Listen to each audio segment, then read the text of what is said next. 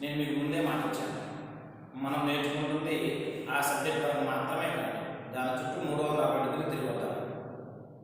అంతేగాని బడ్జెట్ అంటే ఏంటి, దాని టెక్నాలజీ అంటే ఏంటి, దాని వరకే ఉండడం మాత్రం నాకు అదే పని కాదు. దయచేసి నన్ను క్షమించండి ఈ విషయంలో.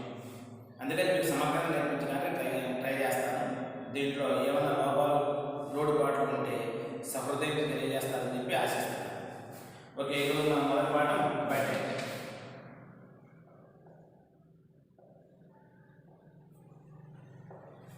బడ్జెట్ అంటే ఏంటి? ప్రతి ఒక్కరికి ఒక లక్ష్యంతో మనకు వచ్చేటువంటి ఆదాయాన్ని ఖర్చు చేసుకోవడం మొదలుపెడతాం. దీని వ్యక్తిగత ప్రయోజనం. అదే ప్రభుత్వం ప్రజల నుంచి ఎంత డబ్బును వసూలు చేస్తున్నారు, పన్నుల రూపంలో కానీ మిగతా రూపాల్లో కానీ, వాటిని మిగతా వాటికి ఏ విధంగా ఖర్చు చేస్తున్నారు స్పష్టంగా తెలియజేస్తూ ప్రజల యొక్క అనుమతి కోసం ప్రవేశపెట్టే దార్శనిక పత్రాన్ని బడ్జెట్ అనొచ్చు. మరి ప్రజలకు అనుమతి కావాలి అంటే ప్రజలు ప్రత్యక్షం చెప్పలేరు కదా. వీళ్ళు ఎన్నుకున్నటువంటి ప్రతినిధులు ఎక్కడ ఉంటారు? వాళ్ళంతా పార్లమెంటులో కానీ అసెంబ్లీలో కానీ ఉంటారు. కేంద్ర బడ్జెట్ అయితే పార్లమెంట్ ఆమోదిస్తుంది, రాష్ట్ర బడ్జెట్ అయితే శాసనసభ ఆమోదిస్తుంది. ఇది బడ్జెట్ అంటే అర్థమేంటి?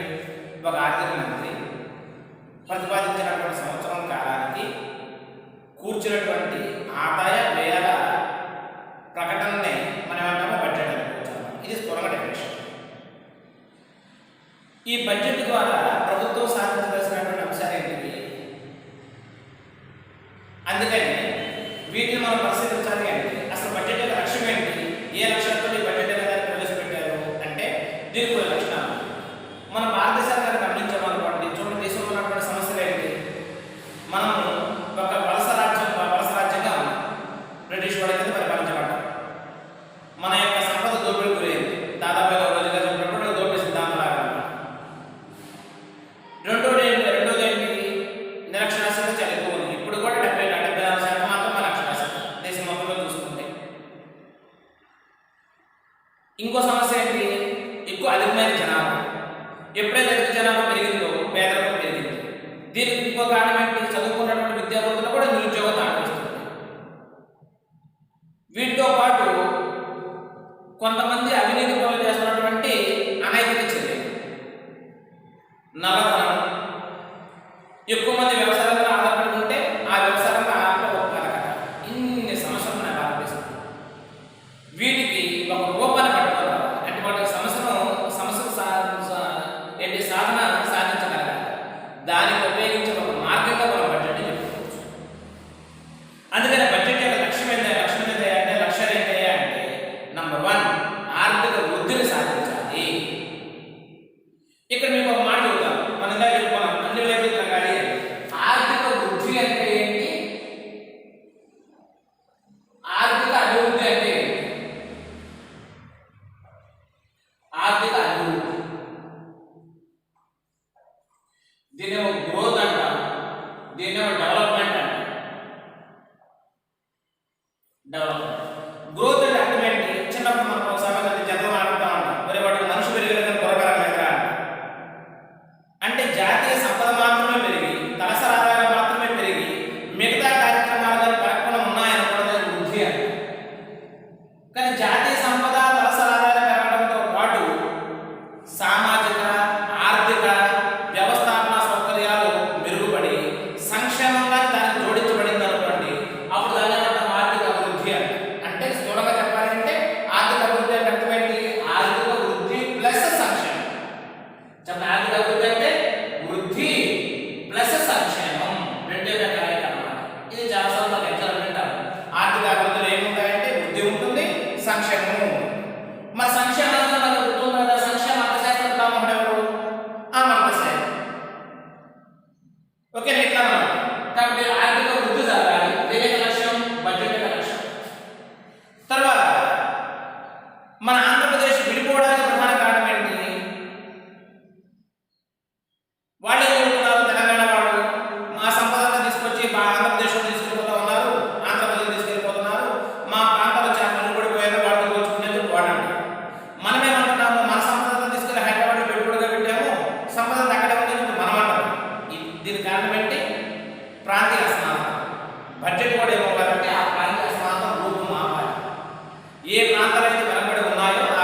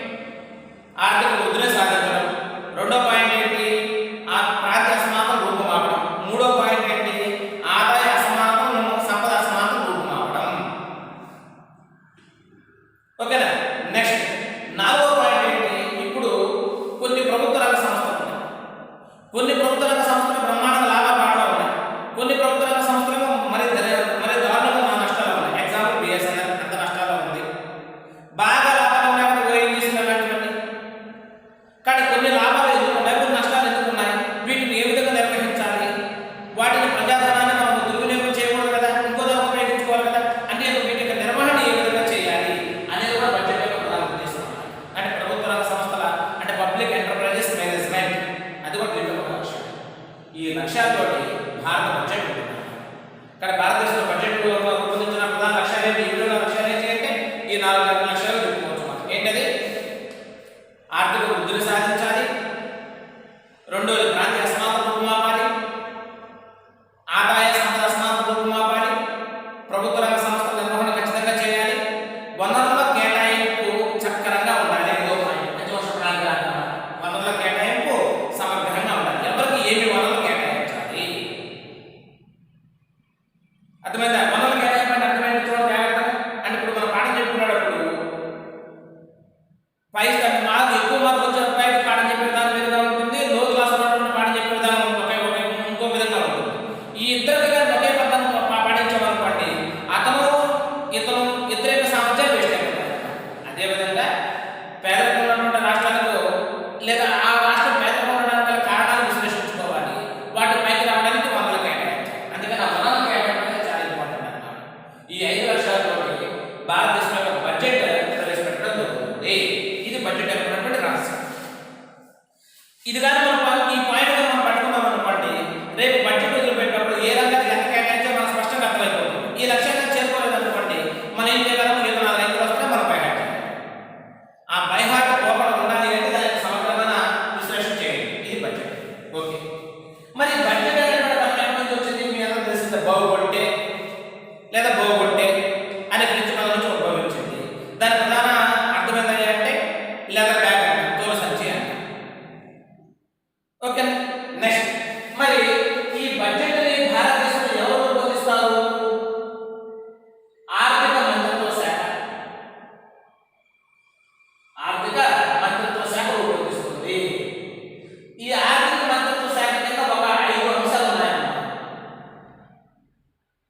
ఒకటి department of finance services, department of expenditures, department of revenue, department of economic affairs, department of investment and public assets management. చెప్పండి ఒకసారి. ఆర్థిక మంత్రిత్వ శాఖ ఉపవిభాగాలు ఏంటి? Department of financial services, department of expenditure, department of revenue, department of economic affairs and department of investment and public assets management. ప్రభుత్వ ఆస్తుల నిర్వహణ విభాగం అన్నమాట. ఈ 5 విభాగాల్లో బడ్జెట్ లో పాల్గొన్న విభాగం ఏంటి అంటే డిపార్ట్మెంట్ ఆఫ్ ఎకనామిక్ అఫైర్స్. కానీ ఆర్థిక మంత్రిత్వ శాఖ ఆర్థిక మంత్రిత్వ శాఖ బడ్జెట్ తయారు చేస్తుంది. దాన్ని ఎవరు తయారు చేస్తారంటే ఎవరు పాల్గొంటారు? Department of economic affairs. చాలా చాలా ఇంపార్టెంట్ బిట్. చాలా సార్లు ఎగ్జామ్ అడిగినట్టు వాడు అన్నమాట.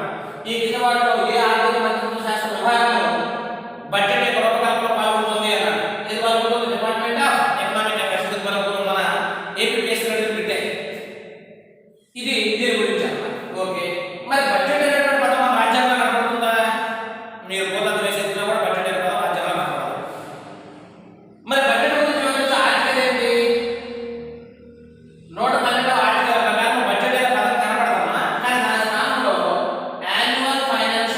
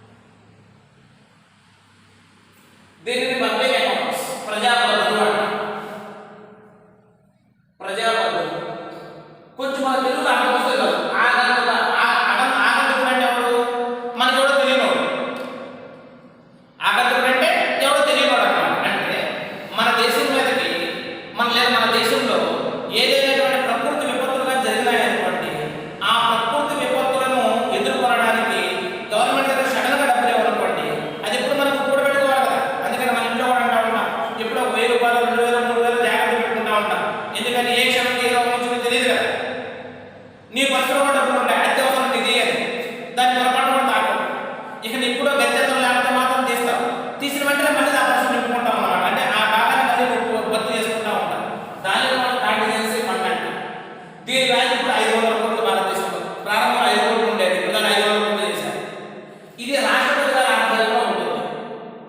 ఓకేనా? కాబట్టి ఎప్పుడైనా మనకి దేశంలో ఈ న్యాచురల్ కెలామిటీస్ వచ్చినాయనుకోండి, డిజాస్టర్స్ వచ్చినాయనుకోండి, వాటి గురించి వాటికి అత్యవసర నిధులు వాడుకొని మళ్ళీ దాన్ని నింపుకోవచ్చు అన్నమాట. కానీ ఎవరైనా అనుమతి కావాలి, రాష్ట్రపతి అనుమతి కావాలి. ఇది చాలాసార్లు రూపంగా చెప్పారు. కాంటిజెన్సీ ఫండ్ దేని గురించి వివరిస్తుంది అంటే అత్యవసర నిధుల గురించి వివరిస్తుంది. ఎవరి ఆధ్వర్యంలో ఉంటుంది? రాష్ట్రపతి ఆధ్వర్యంలో ఉంటుంది. ఈ కన్సాలిడేటెడ్ ఫండ్ ఆఫ్ ఇండియా రాష్ట్రపతి జీతం కానీ, ప్రధానమంత్రి జీతం కానీ, అంటే అందరూ జీతాలు కానీ, లేకపోతే మనం ఖర్చు పెట్టాలని కానీ కావాల్సిన డబ్బులు వీరి నుంచే తీసుకోవాలి. మనం కట్టే పన్ను ఆదాయం కానీ, పన్నేతర ఆదాయం కానీ అన్ని ఏ విధంగా అవుతాయి? కన్సాలిడేటెడ్ ఫండ్ ఆఫ్ ఇండియాకే జమ అవుతాయి. ఈ నిధి నుంచి మనం డబ్బులు తీసుకోవడానికి ఈ బడ్జెట్ ప్రవేశపెట్టుకున్నాయి. ఎప్పుడైతే ఆ బడ్జెట్ ఆమోదించబడుతుందో మనకు ఒక హామీ పత్రం వచ్చింది, అంటే మనకు ఒక రైట్ ఇచ్చింది దీని నుంచి డబ్బులు ఖర్చు పెట్టుకోవడానికి. దాన్ని కన్సాలిడేటెడ్ ఫండ్ ఆఫ్ ఇండియా అంటారు. ఇప్పుడు అర్థమైంది కదా, జీతాలు ఎక్కడ చెల్లించబడతాయి? కన్సాలిడేటెడ్ ఫండ్ ఆఫ్ ఇండియా నుంచి చెల్లించబడతాయి. పన్నులు ఎక్కడ జమ అవుతాయి? Consolidated fund of India, consolidated fund of ఇండియాకి జమ అవుతాయి. సగటు నిధులకు జమ అవుతూ ఉంటాయి. ఇక నీ పబ్లిక్ అకౌంట్ అంటే ఏంటి? చిన్న మొత్తాల పొదుపులు, ఆర్డీలు అంటే రికరెంట్ డిపాజిట్స్ కానీ, తర్వాత పబ్లిక్ ప్రావిడెంట్ ఫండ్ కానీ, ఇవన్నీ ఉంటాయి కదా, పిఎఫ్, ఇవన్నీ జమ అవుతూ ఉంటాయి. ప్రభుత్వము వీళ్ళ నుంచి డబ్బులు తీసుకొని వాడుకొని వడ్డీతో సహా మళ్ళీ వాళ్ళు తిరిగేస్తూ ఉంటుంది. మరి ఇక్కడి నుంచి దాని డబ్బులు వాడుకోవడానికి ఎవరైనా అనుమతి అవసరం లేదు ప్రభుత్వానికి. చెప్పడం ఒకసారి, కన్సాలిడేటెడ్ ఫండ్ ఆఫ్ ఇండియా నుంచి డబ్బులు వాడాలి అంటే ఎవరి అనుమతి కావాలి? పార్లమెంట్ అనుమతి కావాలి, బడ్జెట్. తర్వాత కాంటిజెన్సీ ఫండ్ ఆఫ్ ఇండియా నుంచి డబ్బులు వాడాలంటే ఎవరి అనుమతి కావాలి? రాష్ట్రపతి అనుమతి కావాలి. అదే పబ్లిక్ అకౌంట్ నుంచి డబ్బులు వాడాలి అంటే ఎవరి అనుమతి అవసరం లేకుండా పోతుంది అన్నమాట. ఇది గుర్తుపెట్టుకోండి. ఈ కాంటిజెన్సీ ఫండ్ ఆఫ్ ఇండియా అంటే అర్థం ఏంటి? అత్యవసర పరిస్థితుల్లో దాని అత్యవసర నిధి అని కూడా అనుకోవచ్చు. ఈ అత్యవసర పరిస్థితులు వాడుకోవడానికి అవసరమైన అమౌంట్ ముందే మనం అందించుకున్నాం. దాని విలువ ఎంత అంటే 500 కోట్లు. ఎట్లా గుర్తుపెట్టుకోండి. ఓకేనా? ఇది బడ్జెట్ యొక్క సూత్రం. నెక్స్ట్ గమనించండి. ఇప్పుడు చెప్పడం ఒక్కసారి బడ్జెట్ అనేది ఆర్టికల్ ఏంటి? 112. బాగా రాజ్యాంగ బడ్జెట్ అన్నమాట లేదు. దాని స్థానం ఏముంది? యాన్యువల్ ఫైనాన్షియల్ స్టేట్మెంట్ అని ఉంది. Very good. మరి భారతదేశంలో ఈ బడ్జెట్ ప్రక్రియలో కాలంలో వచ్చినటువంటి మార్పులు ఏంటి? ఒక సంవత్సరం బడ్జెట్కి మరో సంవత్సరం బడ్జెట్కి చాలా తేడా ఉంటుంది. మీరు గమనిస్తే అంకెని మాత్రమే గమనిస్తారు, కాబట్టి దాని స్వరూపాలు మాత్రం మనం గమనించలేకపోతాం. ఈ పాఠం యొక్క ప్రధాన ఉద్దేశం ఏంటంటే దాంట్లో ఉన్నటువంటి స్వరూపాన్ని వెలుగుతీయడం. బీజేపీ ప్రభుత్వం ప్రారంభంలో ఒకటి ఉంది. బీజేపీ ప్రభుత్వం అంటే ప్రస్తుతం ఉన్నటువంటి గవర్నమెంట్ అనుసరిస్తున్న విధానం ఏంటి? Reform, perform, transform. చెప్పండి, ప్రభుత్వ బడ్జెట్ విధానంలో ప్రభుత్వం అనుసరిస్తున్నటువంటి పద్ధతి ఏంటంటే రిఫార్మ్, పెర్ఫార్మ్, ట్రాన్స్ఫార్మ్. సంస్కరణలు, ప్రదర్శన, మార్పిడి. ఏంటి ట్రాన్స్ఫార్మ్ అంటే అర్థం ఏంటి? మనం మారాలి. ఎక్కడ మారాలి? 2018, 19 ఒక సింపుల్ ఎగ్జాంపుల్ చెప్తున్నాను. 2018, 19 ఆర్థిక సర్వేలో కొన్ని ట్రాన్స్ఫార్మ్స్ ప్రకటించారు. ప్రవర్తన అర్థశాస్త్రము అని, బిహేవియర్ ఎకనామిక్స్ అని ప్రవేశపెట్టారు. మన ప్రవర్తన అర్థశాస్త్రం. మన ప్రవర్తన మారాలి. ఎట్లా ప్రవర్తన మారాలి చెప్పండి ఒకసారి. ఏంటి ప్రవర్తన మారాలంటే? దేశం మీద కొంత ప్రేమ ఉండాలి ఒక వ్యక్తికి. నేను సంపాదించుకుంటున్నానని కాదు. అందుకని ఇక్కడ మనకేంటంటే లంబ నీతి ఒకటి, సమాంతర నీతి ఒకటి. లంబ నీతి, సమాంతర నీతి. ఏంటి లంబ నీతి అంటే? వెర్టికల్ అన్నమాట, వెర్టికల్. సమాంతర అంటే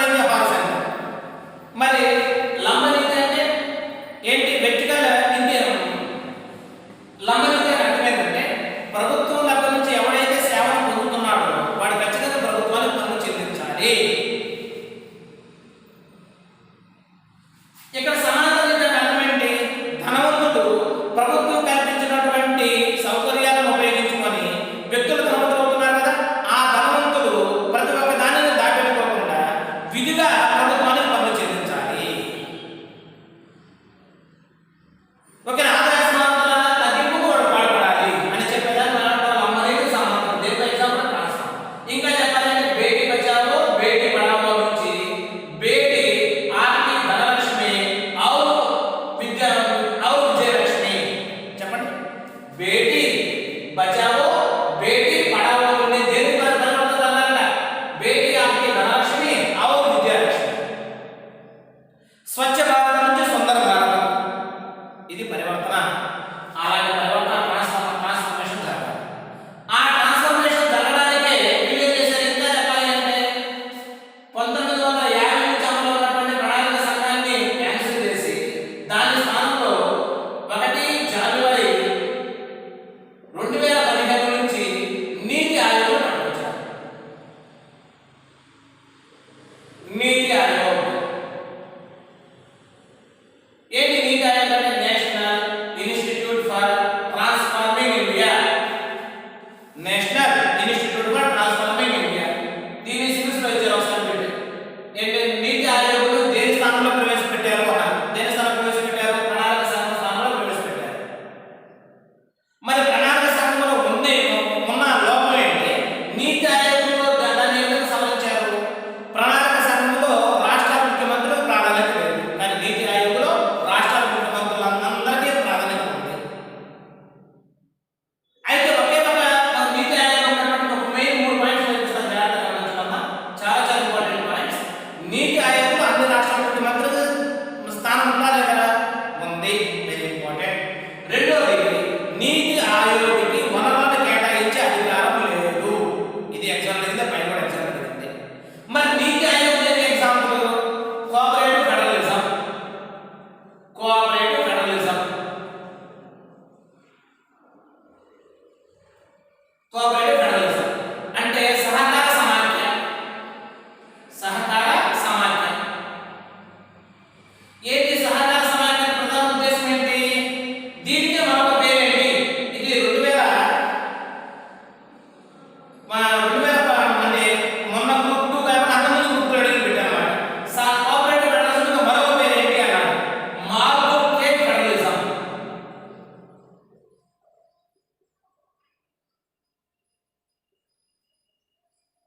వెరీ వెరీ వెరీ ఇంపార్టెంట్. ఏంటి? నీతి ఆయోగ్ దేనికి ఉదాహరణ? Marble cake federalism. చెప్పండి ఒకసారి. Cooperative federalism, marble cake federalism. చెప్పండి, నీతి ఆయోగ్ దేని స్థానం వచ్చింది? ప్రణాళిక సంఘం స్థానం వచ్చింది. ఇదేందా బడ్జెట్ అంటున్నాడు, మరి నీతి ఆయోగ్ పెడుతున్నాడు అంటే ఆ బడ్జెట్ లో చెప్పుకునే అంశాలని ఎవరు రూపొందించినప్పుడు నీతి ఆయోగ్ రూపొందించింది. ఒక సింపుల్ ఎగ్జాంపుల్ ఒకటి, ప్రణాళిక సంఘం 5 సంవత్సరాల ప్రణాళిక మొదలుపెట్టింది, కానీ నీతి ఆయోగ్ ఏం చేసింది? 15 సంవత్సరాల కాలం ప్రణాళిక రూపొందించింది. అది ఎప్పటి నుంచి అమలు కావాలంట? 2015 నుంచి 2032 వరకు అమలు కావాలంట. ఈ అమలైన లక్ష్యాలను ఏం చేయాలి? వాళ్ళు బడ్జెట్ లో ప్రతిపాదించాలి. అందుకని దీని కాన్సెప్ట్ బడ్జెట్ మనం స్టడీ చేయలేదా? ఈ వ్యూ తెలుసుకుంటే కదా వాళ్ళు చెప్పే వ్యూస్ అయితే మాకు అర్థం కావాలి. చెప్పండి ఒకసారి. ప్రణాళిక సంఘం 5 సంవత్సరాల కాలం ప్రణాళిక రూపొందిస్తే ఈ నీతి ఆయోగ్ ఏం చేసింది? 15 సంవత్సరాల కాలానికి ఏంటి? వ్యూహాత్మక ప్రణాళిక ముసాయిదా లేదా వ్యూహ ప్రణాళిక ముసాయిదా రూపొందించింది. దాన్ని అమలుపరుస్తుంది. దాని యొక్క లక్ష్యాలను ఇప్పుడు మనం రూపొందాలన్నమాట. ఆ లక్ష్యాలను రెండు రూపొందిస్తూ ఉంటాయి. బడ్జెట్ యొక్క కేటాయింపుతోను మరి బడ్జెట్ యొక్క అవసరాలను ఇస్తూ ఉంటాయి. దానికోసం ఈ మాట మనం చెప్పుకోవాల్సి వచ్చింది. అర్థమైందా? ఇది దాంట్లో ఒకసారి చెప్పండి. ఈ బడ్జెట్ లో ఇప్పుడు ప్రస్తుతం అమలు విధానం ఏంటి? రిఫార్మ్, చెప్పాలి, పెర్ఫార్మ్ అండ్ ట్రాన్స్ఫార్మ్ అనేటువంటి పద్ధతులు దీంట్లో అమలు ఉన్నాయి. మరి మనం ఒకే విధంగా లేదు కదా. చిన్నప్పుడు అయితే మంచిగా తినడానికే చాలా ఎక్కువ, కొంచెం 10th క్లాస్ వచ్చే లోపల స్టైల్ పెరిగింది, ఇప్పుడు వచ్చే లోపల మళ్ళీ క్వాలిటీ పెరిగింది. మరి ఆహార విధానంలో డ్రెస్సుల్లో మనకి తేడా వస్తే బడ్జెట్ లో కూడా మార్పులు రావా? ఒకే విధంగా ఉంటామా? అందుకని కాలంలో భారతదేశ బడ్జెట్ లో చాలా మార్పులు వచ్చినాయి. ఎట్లా మార్పులు వచ్చినాయి?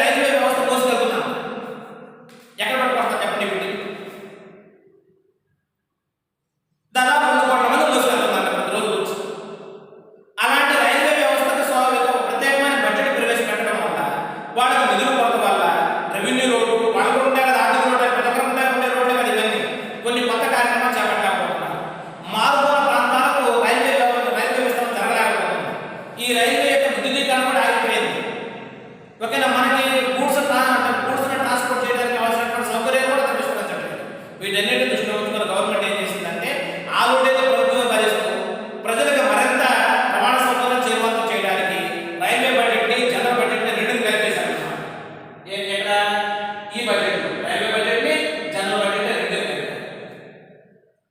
ఇక మూడు ఇందాక చెప్పారు కదా ప్రణాళిక సంఘం క్యాన్సిల్ అయిపోయిందిగా. ప్రణాళిక సంఘం ఉన్నప్పుడు ప్రణాళిక వ్యయం ప్రణాళికేతర వ్యయం అనే రెండు విభాగాలు ఉన్నాయి. కానీ ప్రణాళిక సంఘం ఎవరు వచ్చారు? నీతి ఆయోగ్ వచ్చింది. ఆ నీతి ఆయోగ్ రావడానికి ప్రణాళికేతర వ్యయాలు అవసరం లేదు కదా. అందుకనే ప్రణాళికేతర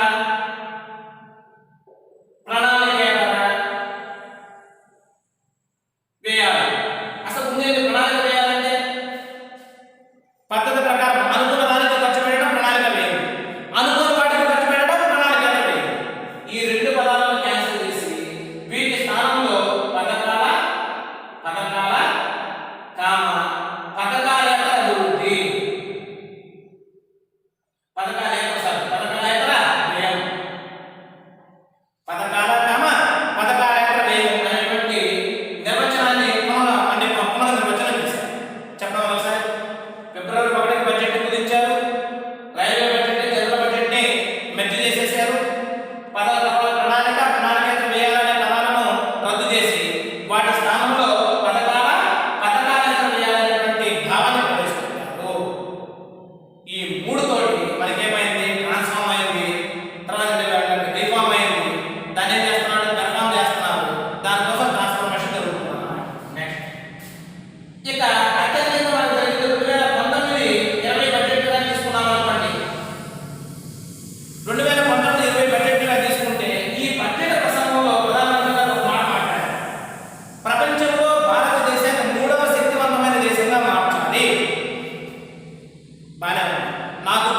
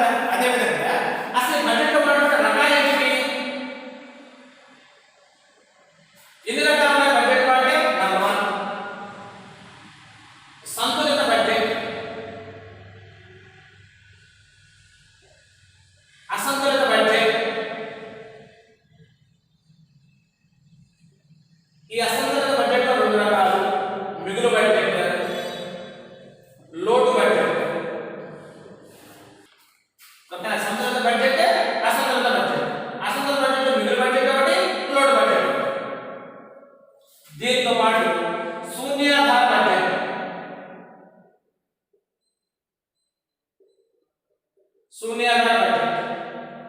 నాలుగవది performance budget.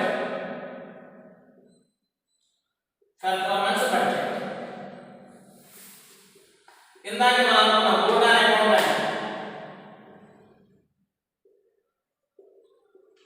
Next gender budget. ఏడోది అవుట్కమ్ బడ్జెట్.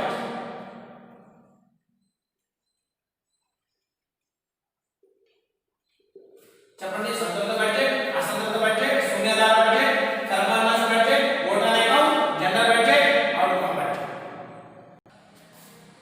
ఓకే, చూడండి ఈ 7 రకాల బడ్జెట్ ఉన్నాయి. ఈ 7 రకాల బడ్జెట్ కూడా భారతదేశం అనుమానాలు వచ్చింది.